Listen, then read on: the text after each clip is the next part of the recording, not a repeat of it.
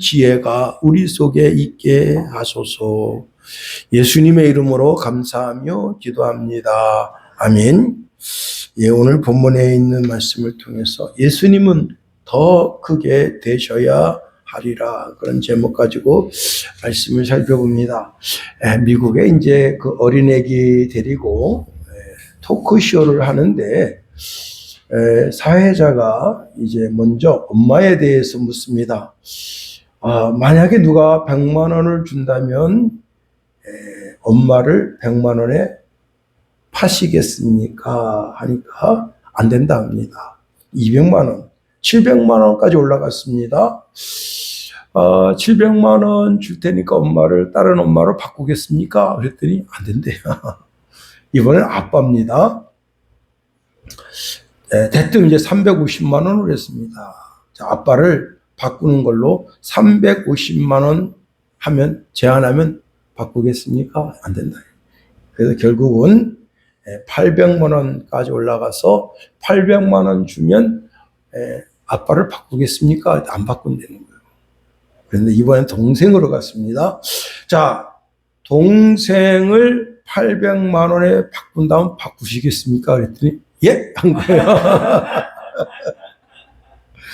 아마 그 동생 때문에 받는 스트레스가 엄청난 것 같습니다.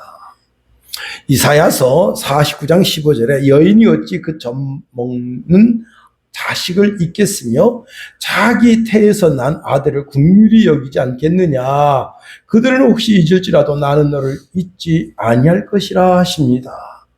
자, 이 말씀이 쓰일 당시 유다 백성은 바벨론 포로 생활 중에 있다는 겁니다. 자, 이들은 자신들이 전쟁에서 짓밟히고 살아남은 자들이라는 겁니다. 살아남았는데 포로로 또 끌려왔습니다. 이제 바빌론 이제 한 강가에서 거기서 비참하게 살아갑니다. 그래서 이들이 스스로 이렇게 생각하는 거예요. 하나님이 우리를 버리셨구나. 자, 이런 생각을 합니다. 성경에도 보니까 하나님께서 나를 버리시며 주께서 나를 잊으셨다라고 탄식했습니다. 여러분, 이 세상에서 하나님의 사랑, 즉 아가페와 동급 사랑이 바로 어머니의 사랑이라 할 수 있습니다. 어머니는 우리를 낳으시고 당신의 피와 살을 먹이시는 겁니다. 얼마 전에 이제 큰 지진이 일어난 그런 상황 속에서 뜻밖의 어머니와 어린아이가 발견됐습니다. 그런데 그 어머니가 어떻게 하는 줄 알아요?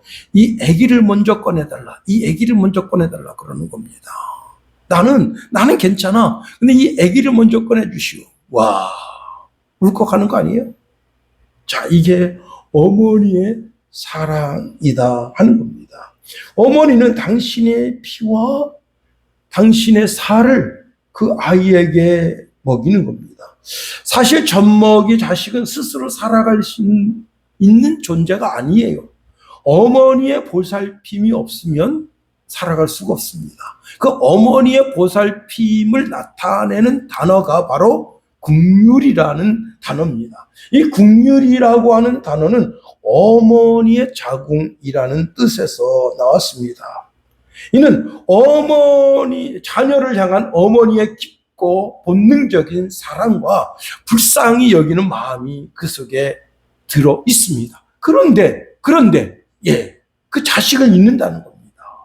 잊을 수밖에 없는 상황에 내몰렸다는 겁니다. 현재 KBS 1TV에서 나오는 8시 30분에 방영되는 기쁜 우리 좋은 날이라고 하는 그 텔레비전에 보면 한 어머니가 자기 딸을 버린 거예요. 그랬다가 그 딸을 찾았습니다. 그 딸을 평생 가슴에 묻고 산 거죠. 그런데 무슨 원인인지 이유인지는 알 수는 없으나 그 자식을 버린 겁니다. 그리고 세월의 흐름 속에서 그 자식을 다시 되찾은 거죠. 자, 그렇습니다. 인간 부모, 어머니는 자식을 자신의 형편, 처지에 따라서 버리기도 하고 내치기도 하는 겁니다. 그것은 인간의 사랑은 죄와 연약함의 한계가 있기 때문이다 하는 겁니다. 그러나 하나님은 우리의 형편이 변해도, 우리가 실패해도, 세상 모든 사람들이 손가락질을 해도 하나님은 우리를 잊지 않으신다 하는 겁니다. 이것이 바로 하나님의 언약의 사랑이라 하는 겁니다. 하나님은 다짐하시듯 우리에게 말씀을 주십니다. 나는 너를 잊지 아니할 것이라. 즉 내가 너에 대한 관심을 끊지 않겠다는 겁니다. 끝까지 나를 돌보시겠다는 겁니다. 더 놀라운 것은 이렇게 말씀하십니다. 너의 이름을 내 손바닥에 새겼다. 이사야서 49장 16절에 보니까 내가 너를 내 손바닥에 새겼고 너의 성벽이 항상 내 앞에 있나니 라고 말씀합니다. 예, 여기서 아주 놀라운 구절이 뭐냐면 너의 성벽이 항상 내 앞에 있다 하는 겁니다. 예, 너의 성벽이 항상 내 앞에 있다는 이 말이 뭐냐. 여기 성벽이 무엇을 나타내는가 하면 예루살렘의 성벽을 말씀하는 겁니다. 그런데 지금 이스라엘 백성은 어떻게 됐다고요? 바벨론 나라의 포로로 잡혀왔다는 겁니다. 다시 말하면 이들은 성벽이 무너진 것은 뭐예요? 자기 마을이 무너진 거고 자기 개개인의 집이 다 무너진 거예요. 포탄으로 무너진 것이 아니라 군인들이 와서 다 헐어버린 거예요. 예루살렘 안에 있는 모든 집을 다 헐어버린 거예요. 다 불태워버린 거예요. 그리고 그 예루살렘 안에는 누가 살고 있는가 하면 거지가 살고 있어요. 거지. 예? 지금 그 예루살렘에 여러분 전신을 까맣게 이제 이 모자 쓰고 그다음에 심지어 이 넥타이도 까만 넥타이를 메고 사는 사람들이 한 2만에서 3만 명 정도 있어요. 그 사람들이에요. 바로 그 사람들이 뭐냐면 사실은 거지예요. 거지. 예루살렘에 다 포로로 잡혀가고 다 죽고 그랬는데 끝까지 남은 사람들이 그 사람들이 거지예요. 거지.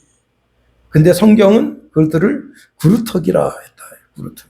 그러니까 실제 이스라엘에서 살고 있는 사람들은 뭐죠? 이스라엘 사람들 아닙니다. 제 13지파죠. 예. 자, 그런데 자, 이들이 이렇게 바벨론 나라에 포로로 잡혀왔는데 거기서 그렇게 살고 있습니다. 그러니까 자기 두 눈으로 뭘 본 거예요? 자기 집, 생존하는 집이 무너지고 성읍이 무너지고 심지어는 예루살렘 도시가 무너지는 걸 다 봤단 말이에요. 그래서 나는 망했어. 내게 남은 건 하나도 없어. 빚더미에 완전히 파산했어. 하고 좌절하고 있단 말입니다.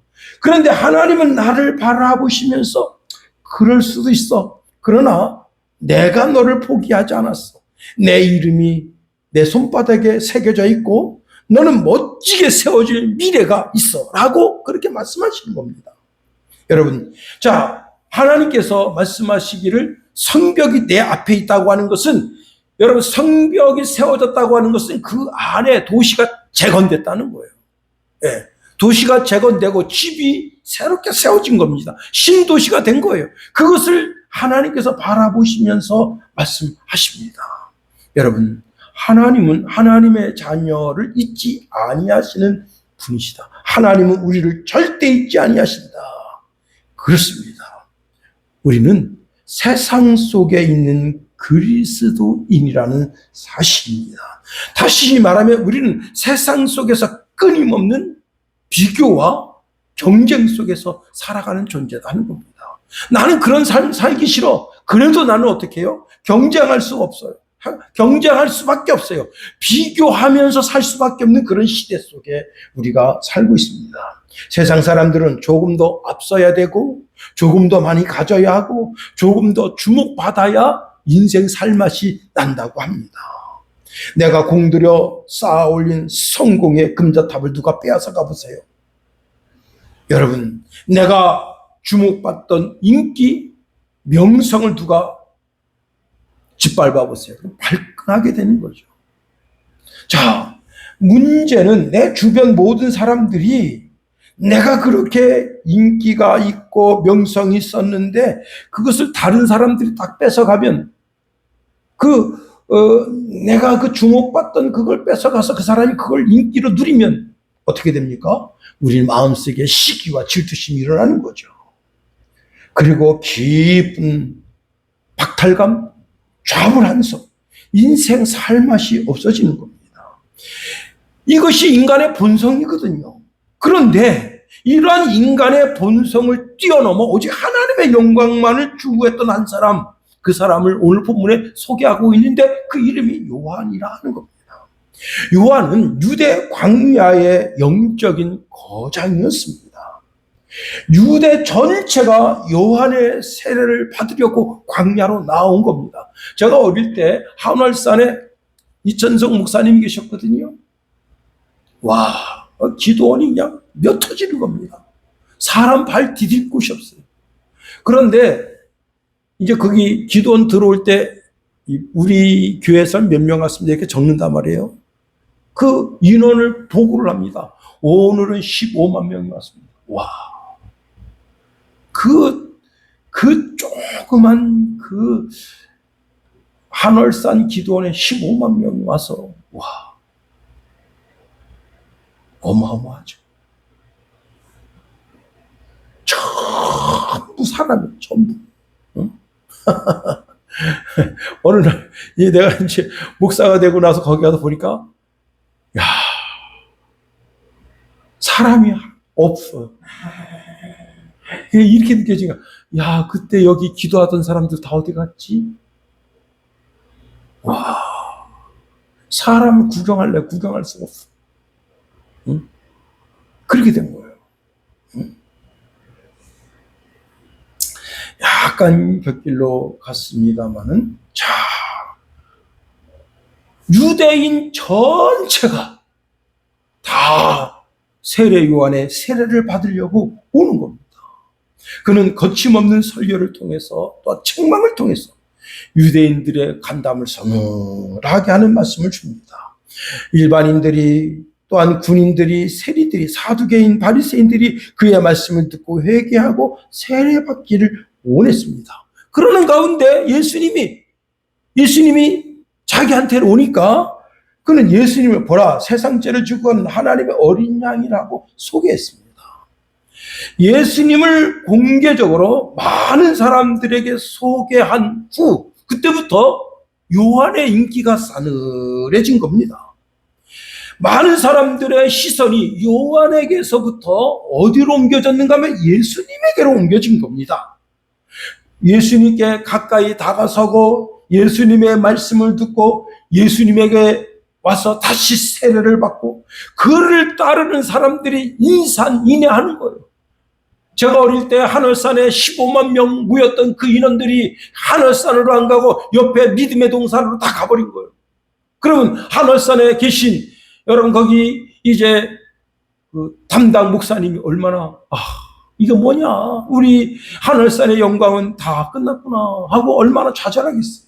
그런데 요한은 좌절하지 않았다는 겁니다.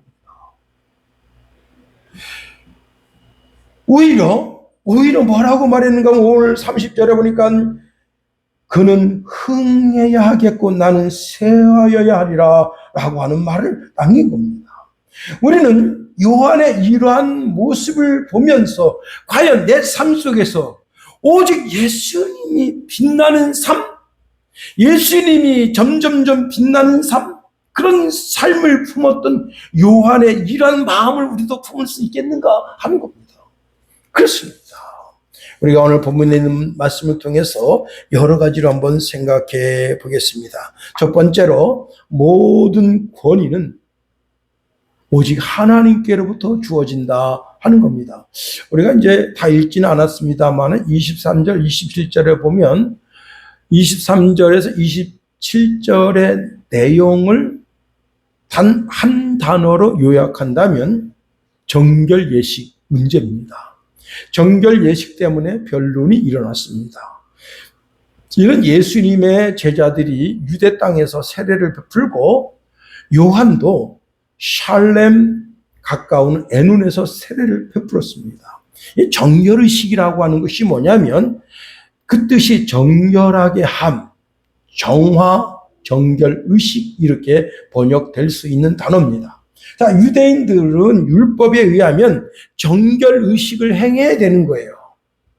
자, 그런데 정결 의식 이것 때문에 이제 변론이 일어났다는 겁니다. 그것을 오늘 성경 본문에 보니까 한 유대인이 정결 의식에 대해서 따져 묻게 됐습니다. 핵심의 논쟁은 이것입니다. 사람을 참으로 깨끗하게 하는 것이 있기는 하냐? 자, 유대인의 정결 의식은 과연 사람을 정결하게 하느냐?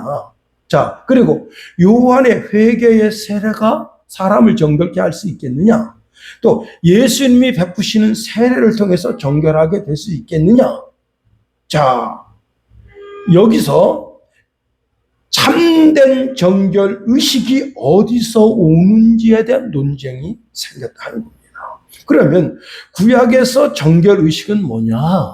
먼저 손을 씻는 거죠. 그 다음에 몸을 씻습니다. 그리고는 하나님께 제사를 드리면서 부정한 상태에서 정결한 상태로 회복되는 의식을 정결 의식이라 하는 겁니다. 근데 이러한 정결 의식을, 예식이나 의식을 통해서 내 외적인 상태는 정결해질 수가 있어요. 손을 깨끗하게 씻은 거예요. 몸을 샤워를 한 거예요. 그런데 그런 의식을 통해서 내 내면, 내 심령까지 정결해지게 되겠는가 하는 겁니다. 자, 요한은 내적인 정결 예식을 주장했습니다. 그래서 회개하라 천국이 가까웠느니라 외친 겁니다. 회개가 뭐예요? 회개라고 하는 것은 하나님의 뜻에서 벗어난 자신의 삶을 뜯어 고치고 이젠 하나님 뜻대로 살겠다고 하는 신앙의 결단이 바로 회개라고 하는 것입니다. 근데 예수님은 정결 의식은 사람의 거듭남이다 말씀하신 거예요. 요한복음 3장 5절에 보면 예수께서 대답하시되 진실을 내게 이르노니 사람이 물과 성령으로 나지 아니하면 하나님의 나라에 들어갈 수 없느니라 말씀하십니다. 성령에 의해서 내적인 정결과 새 생명이 태어난다. 모든 정결의식, 즉 예식은 어떻게 되는 거죠? 요한의 회개의식을 통해서도 사람이 참으로 정결케 되는 것이 아니고 예수님이 말씀하신 물과 성령으로 거듭나게 될 때 진짜 새로워지는 것이다. 다시 말하면 사람이 정결하게 되는 것, 겉만 씻었다고 그 사람 정결하게 되냐? 그건 아니라 이게. 속사람 씻어야 되는 거예요. 속사람 씻어야 되는 속사람을 씻는 정결 의식은 뭐라고요? 물과 성령으로만 거듭나야 된다. 이게 참된 정결 의식이라 하는 겁니다. 다시 말씀드립니다. 정결 의식은 단순하게 손 씻는 문제가 아니라는 겁니다. 세례 받음도 문제가 아니라는 겁니다. 사람을 본질적으로 깨끗하게 하는 것은 십자가에 흘린 물과 피로 씻을 때만 본질적으로 사람이 깨끗하게 재탄생되는 것이다 하는 겁니다. 그러므로 세례 요한은 회개의 세례로 그리스도를 준비하였고 예수님은 가야바 법정에서 어떻게 하십니까? 모든 수치와 수모를 당하십니다. 그리고 여러분, 로마 법정에 들어셔서 거기서 채찍에 맞음으로 전신이 찢기시고 뺨을 맞으시고 가시관을 씌우심으로 이제 여러분 이마에 주름이 찢기고 십자가에서 모든 물과 피를 흙으로 쏟습니다. 오직 흙으로 지음 받은 인간이 그 물과 피를 받음으로 죄를 깨끗하게 하시는 성령으로 새 생명을 주시는 역사를 이루신다는 겁니다. 이에 히브리 기자도 귀한 말씀을 주는데 히브리서 9장 13절 14절에 보니까 염소와 황소의 피와 및 암송아지의 죄를 부정한 자에게 뿌려 그 육체를 정결하게 하여 거룩하게 하거든. 하물며 영원하신 성령으로 말미암아 흠 없는 자기를 하나님께 드린 그리스도의 피가 어찌 너희 양심을 죽은 행실에서 깨끗하게 하고 살아계신 하나님을 섬기게 하지 못하겠느냐 말씀하십니다. 히브리서 10장 22절 말씀해 보니까 우리가 마음의 뿌림을 받아 악한 양심으로부터 벗어나고 몸은 맑은 물로 씻음을 받았으니 곧 참마음과 온전한 믿음으로 하나님께 나아가자 말씀하십니다. 그렇습니다. 다시 본문으로 가봅니다. 자, 요한의 제자들은 요한이 한 시대의 주인공인데 이제 조연처럼 빛이 꺼져가는 것을 바라보면서 안타깝게 생각합니다. 예수님도 세례를 주시고 나중에는 이제 예수님의 제자들이 세례를 주었습니다. 그리고 요한도 세례를 주었습니다. 그러니 요한의 제자 마음에 누구의 세례가 우월한가? 정말 사람을 정결하게 하는 세례가 누구에게 있는가? 의심이 생기게 된 겁니다. 그런데 설상가상으로 한 유대인이 와서 마음에 기름을 부었습니다. 자, 요한의 제자들은 너무 속상한 나머지 요한에게 와서 말합니다. 라삐여, 선생님과 함께 요단강 저편에 있던 이 사람, 곧 선생님이 증언하시던 이가 세례를 베풀면 사람이 다 그에게로 가더이다. 이 말을 하니까 요한이 이 말을 듣고 충격을 받지 않았습니다.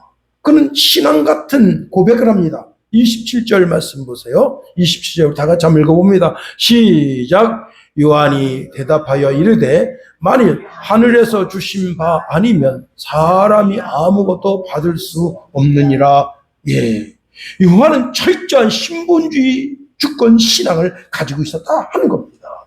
예수님께로 사람들이 몰려가는 것 역시 하나님이 허락하신 하늘의 역사라는 거예요. 요한 자신이 광야에서 인기를 가졌던 모든 것도 하나님이 주신 바지만 이제 그 모든 사람들이 예수님께로 향하도록 하나님께서 주권 행사를 이루시고 계시다는 겁니다. 그렇습니다. 여러분, 우리가 종종 내 삶의 현장에서 비교의식 때문에 마음이 상할 때가 많습니다. 그렇죠. 여러분, 우리 주변에 저 교회는 우리 크게 부흥하는데 우리 교회는 맨날 그대로야. 왜 저 사람 별것도 아닌 것 가지고 크게 인정받는데 나는 왜 늘 뒷전이야. 여러분, 친구 목사가 어느 날 전화가 와서 막 입이 이렇게 걸쳤어요. 목사님 주식으로 억을 벌었어. 사이 축하해. 그래서 야, 여기 춘천에 와서 닭갈비 한번 쏴라. 이렇게 닭갈비 10분도 쏘지. 요 3일 전인가 전화가 왔습니다. 목사님 왜 그래? 6,500 잃었어. 이야, 딸 결혼 앞두고 6,500 잃었다. 참나, 얼마나 속상합니까? 응? 여러분, 이걸 기억해야 되는 거예요. 모든 권위와 사명, 은사와 열매는 하늘에서 주시는 것이다. 하나님이 주시지 않으면 우리는 아무것도 가질 수가 없는 겁니다. 다른 사람이 잘 되는 것을 시기하는 것은 하나님의 주권을 의심하는 것이다. 내게 주신 사명에 감사하고 다른 이에게 주신 하나님의 은혜를 그대로 인정하고 축복하는 그런 믿음의 대장부가 되어야 되는 거야. 나는 왜 안 되는 거야? 자꾸 비교의식하죠? 응? 그 비교의식 때문에 우리 인생이 좁아드는 거예요. 제가 이제 자동차를 바꿨습니다. 그랬더니 우리 시차례 목사님들이 그냥 다 좋다 막 그러는 거예요. 제가 이제 그 차를 끌고 이제 운동하는데 갔는데 어떤 분이 말합니다. 목사님 차 바꿨어요? 그랬더니 네, 바꿨다. 야, 그분이요. 목사님. 왜? 그러니까 그 전에 그 끌고 다니던 그 차는, 예? 이렇게 봐도 저렇게 봐도 목사님하고 안 어울렸대. 그래서 내가, 아니, 차가 어울리고 안 어울리고 어딨냐. 차 끌고 다니기 편하고, 그럼 좋은 거지. 그랬더니, 약간 달구지 같은 느낌이 들고, 근데, 이번 차 너무 마음에 드네. 그런 생각 같이 하지 마라. 예. 편하면 됐지. 예. 예. 그분은 이제 뭔가 늘 항상 비교하는 거예요. 그죠? 예. 약간 곁길 같습니다만은, 자, 더 나아가, 여러분, 우리는 인생의 주인공이 아닙니다. 늘 우리는 인생의 조연이에요, 조연. 주연이 아닙니다. 우리는 예수님의 길을 예비하는 조연인 것을 알아야 됩니다. 어제 이제 우리가 예식장에 갔다 왔는데요. 예식장 문이 열리면 신부보다 빨리 그 문을 지나가면 복이 된다고 생각을 가지는 중국인들이 많다고 합니다. 이것은 전통적인 민간 신앙과 기흉을 따지는 풍습에서 나온 속설인데요. 옛 사람들은 결혼을 단순한 남녀의 결합이 아니라 새로운 가정이 시작되는 그는 전환점으로 여겼고, 이 결혼식 날 문이 열린다고 하는 것은 좋은 날, 복이 열리는 날, 새로운 운이 시작되는 때라고 생각했다고 하는 겁니다. 특별히 이제 문이라고 하는 것은 동양 문화에서 상징성이 매우 큰데요. 문이 열린다 그러면 좋은 일이 열린다는 것으로 보았습니다. 그리고 문을 통과한다고 하는 것은 새로운 세계로 들어감을 상징했다는 겁니다.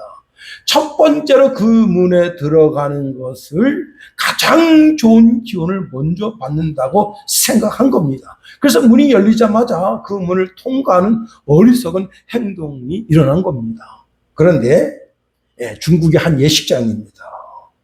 그 예식장 문을 여는 이제 예식장을 돕는 그 여인들이 있잖아요. 그걸 뭐라고 하든 그 두 여인이 가서 문을 딱 여니까 아니나 다를까 한 여성이 그 문으로 들어가려고 딱 했는데 그 문은 어떤 문이냐?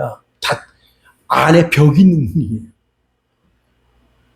못 지나갔습니다. 그러니까 거기 남자가 그 여인을 딱 붙잡았습니다. 그리고는 두 번째 문이 열렸는데 그 문이 진짜 문이고 거기서 신부가 딱 들어옵니다. 예. 여러분, 결혼식 날 신부는 가장 주목받는 사람이죠. 신부가 입장하는 순간 모든 시선이 신부에게 향하는 것 아니겠어요? 그런데 어떤 사람이 신부보다 내가 먼저 문을 지나가서 복을 받아야 된다는 생각을 가진다면 그는 축복의 주인공이 되고 싶은 욕심이 가득한 사람입니다. 사람은 본능적으로 중심에 서고 싶어 한다 하는 겁니다. 내가 인정받고 싶고 내가 높은 자리에 앉고 싶고 내가 주인공이 되고 싶어 합니다. 그런데 세례 요한은 정반대의 길을 걸었다 합니다. 요한은 사람들이 자신을 따르고 있을 때 이렇게 고백했습니다. 내가 말한 바 나는 그리스도가 아닙니다. 그리스도 앞에 보냄을 받은 사람이다라고 고백한 겁니다. 다시 말하면 나는 주인공이 아니야.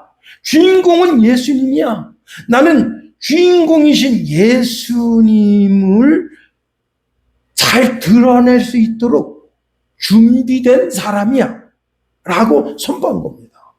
다시 말하면 요한은 주인공의 자리를 탐내지 않았다는 겁니다. 자, 26절에 제자들은 뒤처지는 선생님 요한을 보게 됩니다. 그리고 걱정하는 거죠. 제자들은 예수님과 그리고 요한이 서로 경쟁해서 그 전에 예수님 없었을 때 그냥 그 유대 땅 광야에 그냥 15만 명, 20만 명 수많은 사람들이 와서 말씀을 듣고 참 계속 세례를 베풀고 하나님의 말씀을 선포했을 때 그때 그 멋진 모습을 생각하면서 우리 선생님이 인기가 줄어들고 우리 선생님이 이렇게 자꾸 역사의 뒷자리로 물러나게 되면 안 되지. 우리 선생님 1등 자리를 차지하게 해야지. 그런 마음이 가득합니다. 자, 요한의 제자들은 요한을 그리스도로 오해했다는 겁니다. 그런데 요한이 이 조그만 그 10년 가운데 조그만 교만한 마음만 있어도 그는 그리스도인 척 할 수도 있었어요. 근데 그는 그렇게 하지 않았다는 겁니다. 요한복음 1장에 유대에서 사람들이 내려왔습니다. 그 사람들이 물었습니다. 내가 누구냐? 요한은 대뜸 나는 그리스도가 아닙니다 라고 말했습니다. 그때 당시에 요한은 인기 절정이에요. 최고 절정에 서 있는 사람입니다. 그런데 요한이 이렇게 말합니다. 나는 선지자 이사야의 말과 같이 주의 길을 곱게 하라고 광야에서 외치는 자의 소리로라 하니라. 광야에서 외치는 자의 소리가 뭡니까? 광야에서 외치는 자의 소리는 곧 사라지는 소리예요. 그리고 이렇게 말합니다. 나는 물로 세례를 베풀거니와 너희 가운데 너희가 알지 못하는 한 사람이 있었으니 곧 내 뒤에 오시는 그리라. 나는 그분의 신발끈을 풀기도 감당하지 못하겠노라 라고 고백했습니다. 여러분, 요한은 철저합니다. 나는 그리스도가 아니라는 거예요. 나를 주목하여 보는 자는 어리석은 자라는 겁니다. 내 뒤에 오시는 그분을 주목해 보라는 겁니다. 그분의 이름은 예수고 그분을 주목하고 그분을 따르라고 한 겁니다. 여러분 29절 말씀 보세요. 29절 시작. 신부를 취하는 자는 신랑이나 서서 신랑의 음성을 듣는 친구가 크게 기뻐하나니 나는 이러한 기쁨으로 충만하였노라. 제가 어제 이제 그 결혼식에 갔는데 그 결혼식 사회를 보는 사람이 누군가 하면 자기를 신랑 친구라고 소개했습니다. 진짜인지 아닌지는 모르겠는데 제가 그 사회 보는 사람을 보면서 이 사람은 전문적인 멘트를 하는 사람이다. 그 예식에 맞도록 전문적인 멘트를 하는 사람인데 자기를 신랑 친구라고 소개했단 말이에요. 제일 처음에. 그래서 내가 그 전문적인 멘트를 하는 거 보면서 약간 의심은 했지만 여러분 보통 사회를 누가 보는가 하면 친구 신랑이 사회를 보게 되는 거죠. 자, 그 친구 신랑이 사회를 보면서 결혼식 모든 과정을 준비하고 당일에 사회를 보면서 그 결혼식을 주관하게 되게 되는 겁니다. 이런 중요한 역할을 하게 되니까 그 하객들이 다 누구를 주목하는 거죠? 신랑 친구 사회자를 주목하는 겁니다. 그런데 여기서 아주 중요한 것이 있어요. 그렇게 중요한 사람이라도 그는 그날의 주인공이 아니라는 겁니다. 결혼식의 주인공은 다름 아닌 신랑이라는 겁니다. 신랑이 등장하면 신부의 손을 잡는 그 순간 그 친구는 무대 뒤로 조용히 물러서는 겁니다. 그리고 모든 조명은 신랑을 향하는 겁니다. 당일 결혼식의 주인공인 신랑이 기뻐하는 모습을 보면서 함께 기뻐하고 축하해주는 그런 친구로, 사회자는 친구로 그렇게 낮아지게 된다는 겁니다. 그런데 그 일을 한 사람이 바로 요한이라요. 잘 들으세요. 요한은 신랑의 친구로 자기를 인식했다는 겁니다. 신랑은 예수님이시고 신부는 그의 몸된 교회라는 사실입니다. 요한은 신부인 성도인 교회가 신랑 대신 그리스도에게 가는 것을 보고 자신이 버림받았다고 생각하지 않았습니다. 그는 이렇게 고백합니다. 나는 이러한 기쁨으로 충만하였다. 모든 성도들이, 모든 그리스도인들이, 모든 이스라엘 백성들이 예수님에게 몰려가는 것을 보고 나는 너무너무 기뻐한다는 거예요. 이게 요한의 마음이라는 거예요. 그렇습니다. 여러분, 신랑을 소개하는 그 사회자가 거기서 교만을 떨고 자기가 그날의 주인공인 것처럼 서치라이트가 자기를 비추게 하고 자기가 거기서 쓸데없는 멘트를 계속 날리면 그 결혼식은 짜증나는 결혼식이 되는 거예요. 우리가 착각하는 것이 있습니다. 그것은 뭐냐면 내가 종종 신랑의 자리에 앉으려는 교만을 떤다는 겁니다. 내가 교회에서 이렇게 노력하고 봉사하고 헌신했으니까 내가 주목을 받아야지. 내가 이렇게 봉사해서 교회가 부흥했는데 내가 교회에서 주목을 받아야지. 나 때문에 우리 가정이 사니까 모든 가정 시설들은 나를 주목해야지. 여러분, 은근히 내 영광, 내 존귀를 드러내고 싶어 한다 하는 겁니다. 그러나 기억해야 할 것은 여러분, 우리 몸된 교회의 신랑 대신, 즉 모든 서치라이트를 받고 존경과 사랑을 받아야 할 분은 예수님 자신이고 우리 가정에서도 서치라이트를 받아야 할 분은 남편이고 아내고 자녀들이 아닌 여호와 하나님이 그 가정의 주인공이 되시고 그 가정의 서치라이트를 받고 그분의 말씀대로 사는 가정이 될 때 그 가정이 하나님의 몸된 교회로 인정합니다. 사랑하는 성도 여러분, 이것을 기억해야 됩니다. 나는 신랑이 되신 그리스도 예수의 친구다. 오직 교회의 주인공은 예수님, 가정의 주인공도 예수님, 직장의 주인공도 예수님, 사람과 사람의 만남 속에서도 주인공은 예수님. 사람들이 나를 주목하여 볼 때 요한처럼 나를 주목하여 보는 것은 당신은 진정한 어리석은 자입니다. 너를 내가 있도록, 내가 나되도록 만드신 분은 예수님입니다. 그분을 주목하세요 라고 소개해야 된다 하는 사실입니다. 이제 말씀을 마칩니다. 요한은 철저하게 자기 자신을 낮추고 더 겸손히 한 사람입니다. 그런데 여러분, 요한에 대한 평가가 있습니다.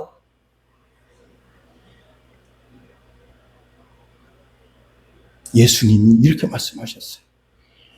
여자가 지금까지 나간 모든 사람들 가운데 요한이 최고라 했어요. 그 말이 뭐예요? 우리가 구약의 기라성 같은 선지자들이 있습니다. 그들이 다 교만 떨었다. 알게 모르게 교만 떨었다. 요한은 그렇지 않았다. 최고의 선지자. 하나님도 인정하는 선지자. 하나님도 인정하는 성도. 우리가 살아나가야 할 삶의 한 교훈을 준다 하는 겁니다. 기도하겠습니다. 하나님, 우리를 붙드시며 인도하소서. 하나님,